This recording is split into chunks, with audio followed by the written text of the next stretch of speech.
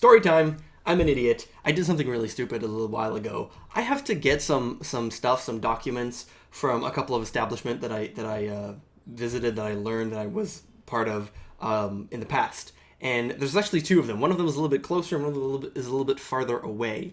And I just got into this notion in my head, because I know both establishments, that there's no way that this is going to be easy. This is going to be the worst. This is going to be terrible. Bureaucracy is just atrocious, and it's just not going to work via call or via email. It's just not. It's not. There's no point in even trying. I should just drive over there. I should see when they're open, hopefully, and just, it makes sense that they'll be open, and just drive over there, and just it'll be fine. It'll be fine. So I took my car and I drove over. We're in the middle of February, so obviously it's boiling hot outside, because winter is, really hot outside with the sun up in the sky, not a goddamn cloud.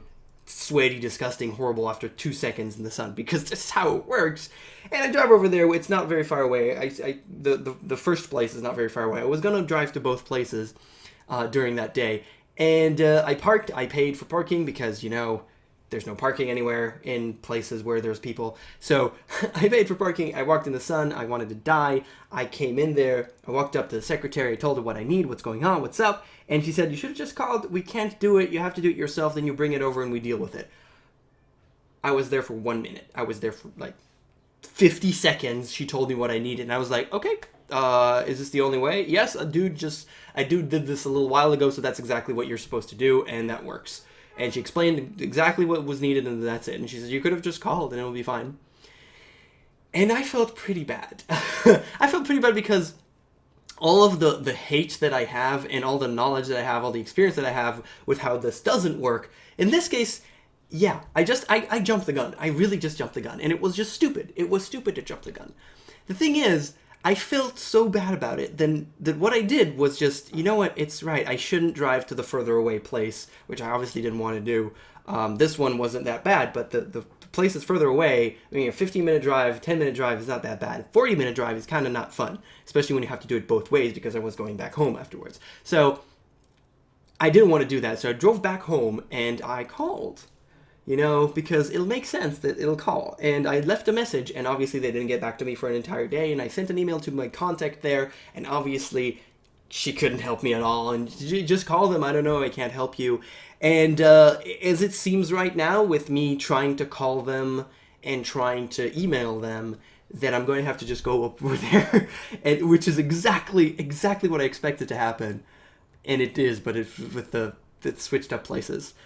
And so when I drove back home, I mean, I didn't feel that bad. I was just like, I just did something really stupid. I wasted my time and money.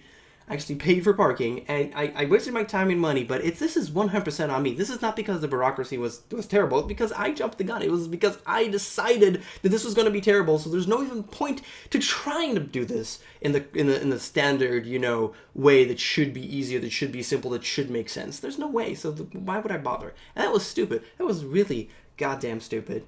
But I ended up being right, at least for the second part. It was actually atrocious. I actually tried to get a phone number to call them, so I went up on their website. And you know how websites should have a contact, so you could click it and contact them? Well, no, there's nothing nowhere. There's just, screw you. I actually got the number from the Yellow Pages